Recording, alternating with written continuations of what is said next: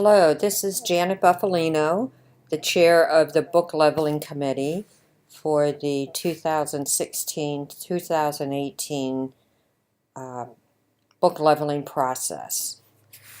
This video is designed to help teacher leaders who were not able to attend the training to understand the process, or for teacher leaders to use this training with teachers who will be involved in field testing the books.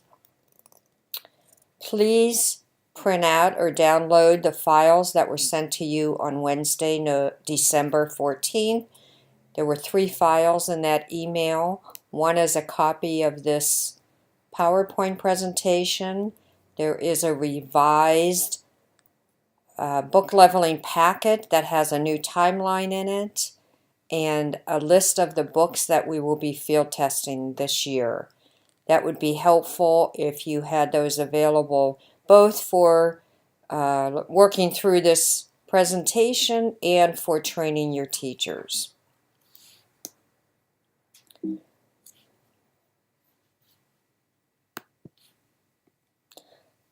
As we know, in Reading Recovery, we use a leveled system to help children develop their literacy processing system. And by the time their series of lessons is completed, the hope is that they have become self-extending readers and writers. And also, you know that we use 20 levels in Reading Recovery. Most children move through the levels 1 through 15, 16 by the end of their series of lessons. Some districts do have higher averages and do work with children at the higher levels, 18, 19, 20, but that is not true for all districts. So when the books are received, you will see that we did receive a lot of higher level books. The hope is that you'll be able to use those, but if you do not have Reading Recovery children at those high levels, please don't get concerned. We have some districts that do read books at that levels with children, and because we have 25 teacher leaders across the country, we usually get about 8 to 10 levels verified at those higher levels. So if you don't get to those levels, please don't be concerned, but if you would, when you enter the data on the SurveyMonkey that I'll send you, you will note that you did not field test this book. That would be new this year. We also ask that members of this committee, both teacher leaders and teachers, sign a statement stating that they are not working for a book publisher. We don't mean teachers that have published a book maybe with Hanbury Press or the Keep Books. That's fine. What we mean is teachers or teacher leaders who are on the payroll of a book company, especially if they have submitted books for field testing. It gets complicated, and in the past we've had some difficulties. So this will go out to teacher leaders. Please hold on to those for yourself and your teachers, and then if a problem develops, I can contact you for that signed statement. So let's look at the revised timeline for the book leveling process. We push back a little bit near the bottom of the screen. Presently we are training. It is December of 2016. And the hope is that the books will ship out Monday of the week coming up. And we also offer another training on Monday at 1 o'clock. But the books will go out on Monday. I'm sure because of the holidays, you will not receive them until after the holidays, especially since we ship them at book rate. So, please, teacher leaders, schedule session with the teachers who are going to be involved in the process, but you can also include other teachers, that's fine. But between January 3rd and the 18th, we hope that your teachers and yourself will try to establish what we call tentative levels and submit those to SurveyMonkey by the 18th or the 20th at the latest. What happens is I look at all those tentative levels sent by teacher leaders submitted across the 25 sites, and with a mathematical process, I come up with one tentative level that we will field test the books on.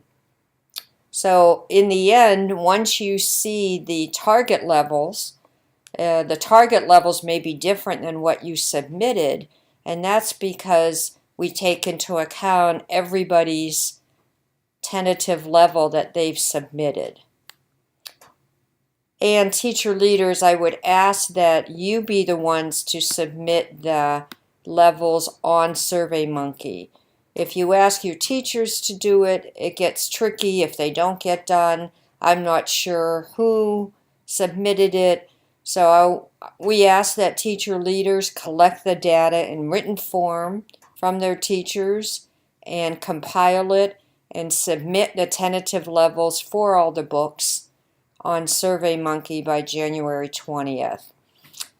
We have, I think it's 179 books that we will be field testing.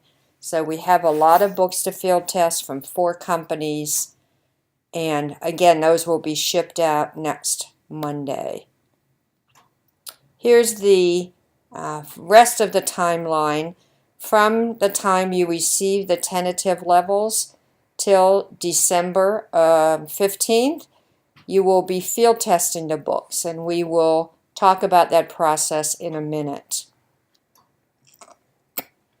And then you will get the levels from the teachers that they field tested the books at, and again submit those levels onto a survey on SurveyMonkey by January 15th of 2018.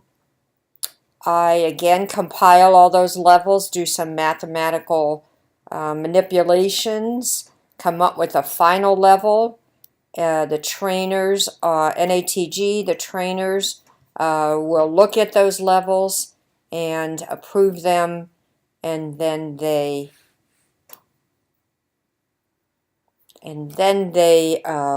levels will be given to Julie Reeves. Now I just see there's another error on here. I can't believe it. So February 1st, we asked that the data sheets that I'm going to talk about be sent to me by February 1st. No running records are collected anymore if you've done this in the past. So we're just asking for the data sheets to be collected. So here's the first task. Once you get the books and you've scheduled a session with your teachers right after the new year begins, you are going to ask them to establish a tentative target level. So if you print out the guides, the handbooks, and give them to the teachers, there is some guidance there to help them set these tentative levels. But I find it very helpful to have examples of books from the book list there. Books that are presently on the book list that they can pick up and compare with the new books that they're looking at. So I always suggest having them work with a partner and discuss the characteristics. Forget about the level at this point. Discuss the characteristic. What makes this book a challenge for students, a support for students. And here it is on this slide talking about compare it to existing books on the list. Now I will tell you in Canada, I really like what they do. One teacher who is paired up with another teacher reads the book to the teacher without looking at the pictures. And that way they can consider the structure of the sentences, the meaning. It just seems when we are have access to the pictures that it changes our perception of these books.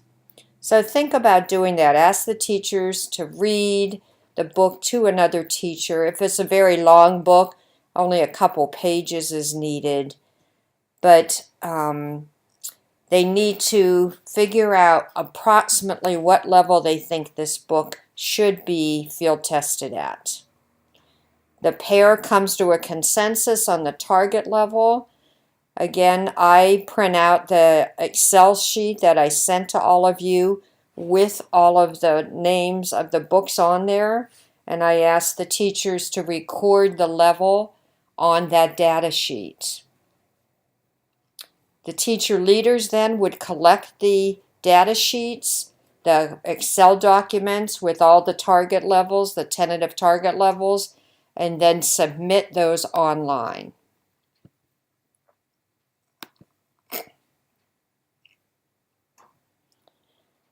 And this process is wonderful, I think, because teachers' professional knowledge is the key factor in making these decisions. It's not a publisher deciding, it's not any other process being taken into account. We're actually using teachers' professional knowledge and the data they have when they're working with children on these books, which makes this such a powerful process. And I forgot to mention that Nancy Anderson developed this process years ago, and it has stood the test of time. So thank you to Nancy Anderson. So once I have all the tentative levels for all the books, then I send them out to all the teacher leaders. Then we engage in the field testing of the books. The field testing occurs with children who are in reading recovery only. Field testing should only occur during lessons. Most teachers don't have time to do this outside of their lessons. And all that's needed is to field test the book with one child. If you have many teachers and one box of books and you can do it with 2 children, that would be great. But at least one child is recommended. So what happens is, and I'll try to put this in context for you, we kind of sandwich the field testing book between 2 other books from that same level. And in a few slides, you're going to see an example of book titles that may help you clarify this. So let's say you have a child reading on level 4. So on Monday, you're going to introduce a book to them, Dan the Flying Man, level 4 book. On Tuesday, you take a running record on Dan the Flying Man. And as the new book, you're going to introduce a book that's being field tested, that a tentative level was set at level 4. And as you can guess, on Wednesday, you take a running record on that new field testing book that you introduced on Tuesday. And then on Wednesday, as the new book, you are introducing another level 4 book from your book box. And then you take a running record on that new book from Wednesday. So this process takes at least 3 days to engage in. And it's 3 days if everything goes right. So let's try and think about this. So we use the accuracy rate for the testing of the book, for the field testing of the book. And we have the field testing form that is on the last page of your packet. Every teacher who tests every book would have at least 1 form for every book. Sometimes there might be 2 forms. So as you think through this process and listen, I think you'll understand why sometimes there might be 2 forms. So let's go again through the process with some more visuals. So on Monday, we introduced Dan the Flying Man. On Tuesday, We took a running record of Dan the Flying Man, and it was found to be between 90 and 97%. So it is within the range that we would like. So we can be confident this child should be reading on level 4 books. On Tuesday, we introduce a new book that's being field tested, Jimmy's New Hat. Wednesday, we take a running record on that book, and look, it's between 90 and 97%. So when we set that target level at level 4, in this case anyway, that was correct. We were correct that a child reading a level 4 text could read Jimmy's New Hat within 90 and 97%. And to check that our assumption, we are introducing the bumper cars and doing another level 4 book and taking a running record on that on Wednesday. So we are pretty confident that the child and these texts are matching. So if this happens, you fill out the data form. The process is completed for that child, for that book, let me say, not for the child, for the book.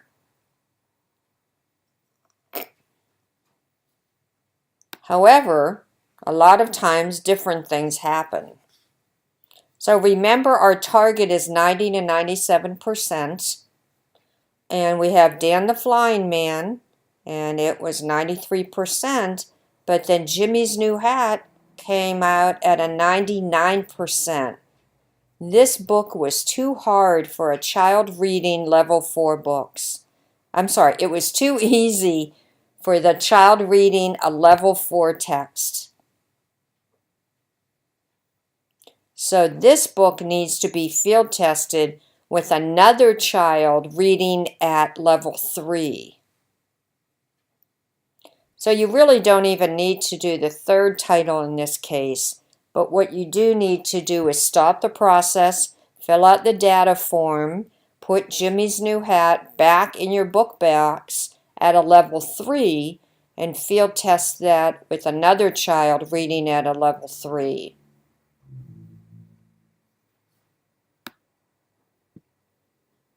The opposite can happen too. Dan the Flying Man came out at 93%. Jimmy's New Hat, wow, came out at 72%. This was much too hard for a child reading at level 4. So we need to stop the process, fill out your data form, and then move it to the next higher level. I might even go up to level 6 to field test this with another child. So 72% at level 4 means this was too hard for this child reading at level 4. So we have to field test it at a higher level where a child's processing is more developed and try it with a different student. So then you would need a second data form when you field tested this with another child at a higher level. And here's another way to look at it. The running record is the key. So if it comes out above 90%, above 97%, you would repeat the process at a lower level with a different student. If we go straight across, your field testing is complete. All 3 books came out 90 to 97%. But if it comes out below 90%, we have to stop the process, field test the book with a student reading at a higher level. These are difficult concepts for teachers to understand. It took me a while to talk myself through it to understand it. So teacher leaders, make sure that they really are thinking about the percentage and the child's development of a literacy processing system, and how these scores give us an indication of books being too hard or too easy for children's literacy processing system at different levels. After field testing the book, you would enter what we now call the recommended at the link I will send to you. Send to you, not send to you. You're going to save all the data collection sheets, and please organize them by title. At the top of every page is the title of the book. If you could alphabetize them, that would be very helpful. We're hoping to have this process for this set of books done by January 15th of 18, and please email me with any questions. And again, I'm emphasizing the field testing forms from the training packet, the book leveling packet. Please organize those by title and send to me at Shippensburg. We thank you. And teacher leaders, I have a few tips for you that, I'm sorry, here's my address to ship the books to, ship the forms to at the completion of the process. And here's a few hints for teacher leaders. No.